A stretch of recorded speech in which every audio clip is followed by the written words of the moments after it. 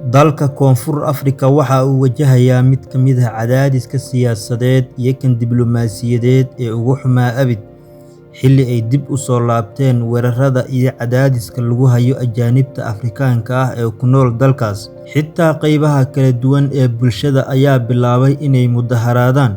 Tanina waxay keentay in wadamada deriska la ah Koonfur Afrika sida Mozambique inay bilaabaan inay xiraan xuduudahooda, iyaga oo hortaagan in ka badan 5,000 oo baabuurta xamuulka qaada ah, kuwaas oo laga leeyahay dalka Koonfur Afrika.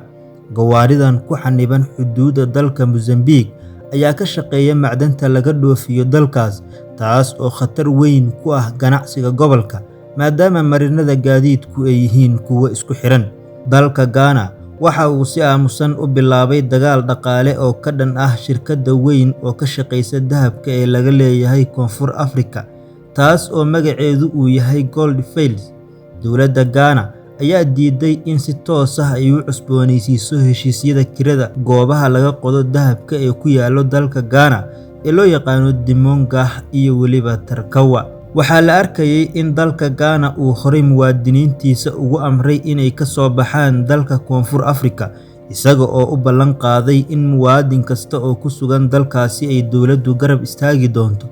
Adduunka oo dhan waxa uu isha ku hayaa waxa xiga oo dhici doona xilli Koonfur Afrika ay kooxaha madowga ahi ay sii wadaan mudaharaadyada rabshadaha wata, kuwaas oo lagu gumaadayo dadka ajnabiga ah ee ka shaqeysta dalkaasi.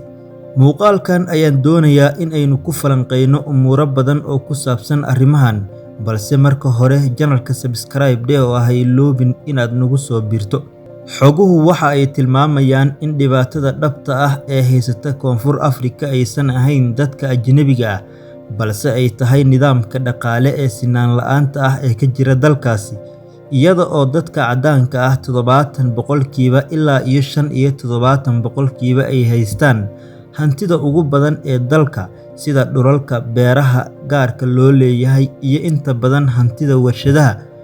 Marka ay dadka caadiga ah ee madowga ah ee u dhashay dalka Koonfur Afrika ay fursaduhu ku yaraadaan amaba ay waayaan shaqooyinka, waxa ay la dagaalamaan kuwa ugu dhow ee muhaajiriinta ah, halkii ay la dagaalami lahaayeen nidaamka haysta hantida dalka, iyada oo inta badan dembiyada dalka ka dhaca ay geystaan muwaadiniinta madowga ah ee u dhashay dalka.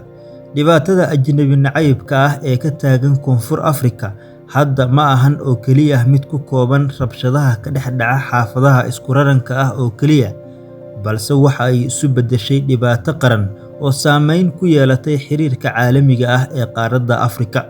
Wadamo badan oo ay muwaadiniintooda dhibaatooyin badan kula kulmeen gudaha Koonfur Afrika ayaa hadda u gudbay marxalad aargudasho ah, mid dhaqaale iyo mid siyaasadeed.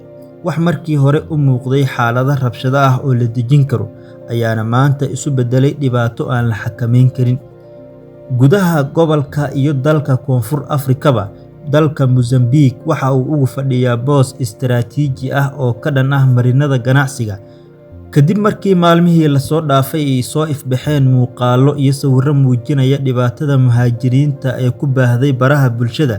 Kooxo dhalinyaro ah oo reer Mozambique ah ayaa bilaabay inay si toos ah u xiraan xuduudaha dalkaasi uu la leeyahay Koonfur Afrika, iyaga oo xanibay in ka badan 5,000 oo baabuurta xamuulka qaada ah, kuwaas oo laga leeyahay dalka Koonfur Afrika.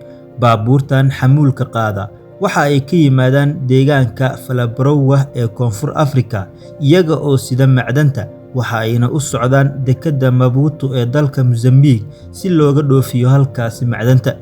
Shirkadaha Koonfur Afrika inta badan uma suurto gasho inay macdantooda geeyaan dekedda Durban amaba weliba Cape Town, sababo la xiriira kharashka iyo weliba canshuurta dalka iyo masaafada oo fog. Carqaladaynta xadka waxa ay khatar weyn oo toos ah ku tahay boqolaal kun oo shaqooyin ah oo ku xiran silsiladda saadka ee labada waddan. Tanina waxa ay caddayn u tahay in gobolku uu si qoto dheer isugu baahan yahay, balse khilaafka maanta soo kala dhex galay waxa uu burburinayaa dhaqaalaha labada dhinacba.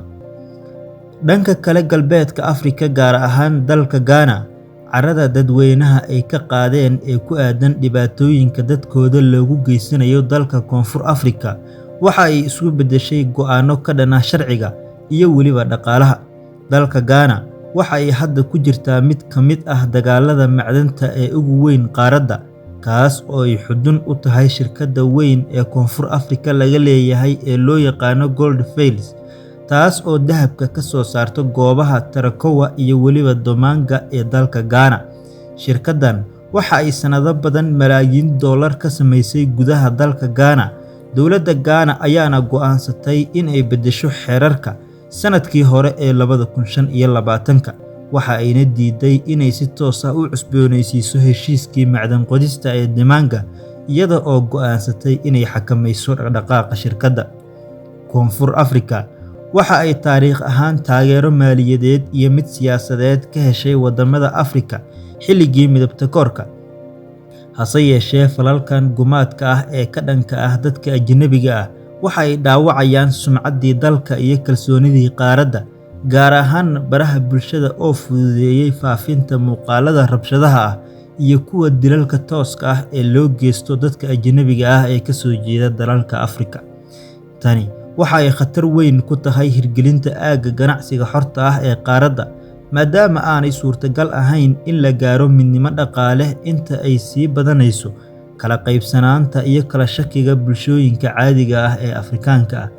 Koonfur Afrika, dadka ajnabiga ah waxa ay ka yihiin 4% dadka ku nool dalkaas, iyada oo marka loo eego tiradaasi aysan suurtagal ahayn inay saameyn ku yeelato isbeddelka guud ee dhaqaalaha dalkaas iyo weliba shaqo la'aanta.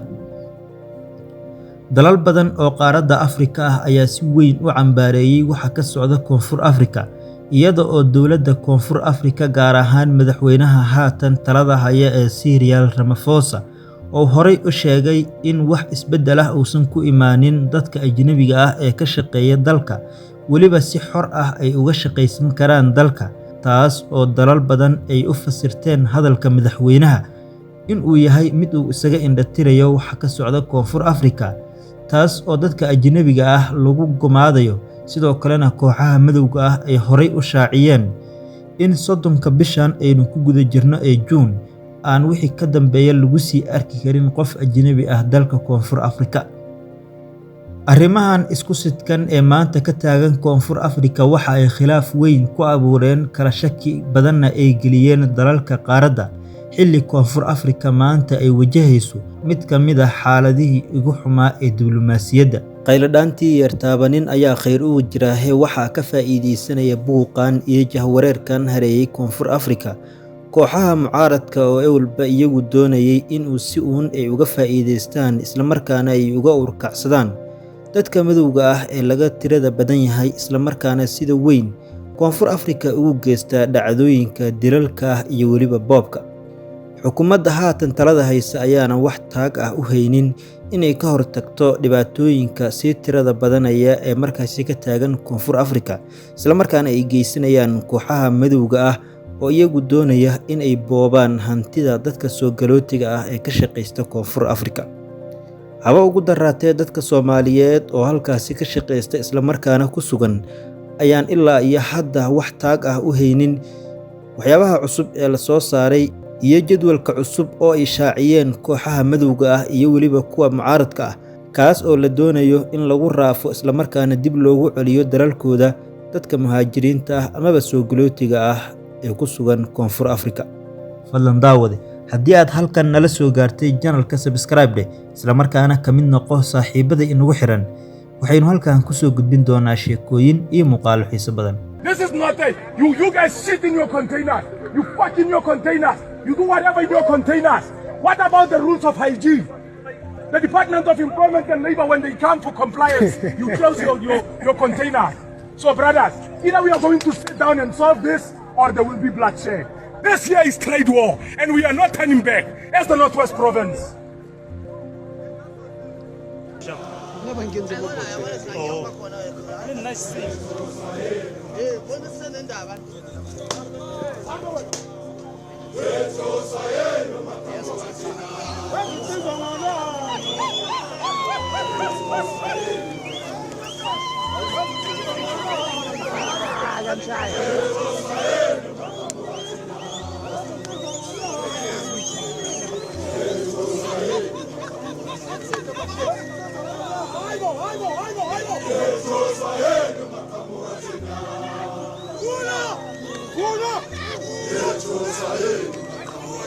Fura!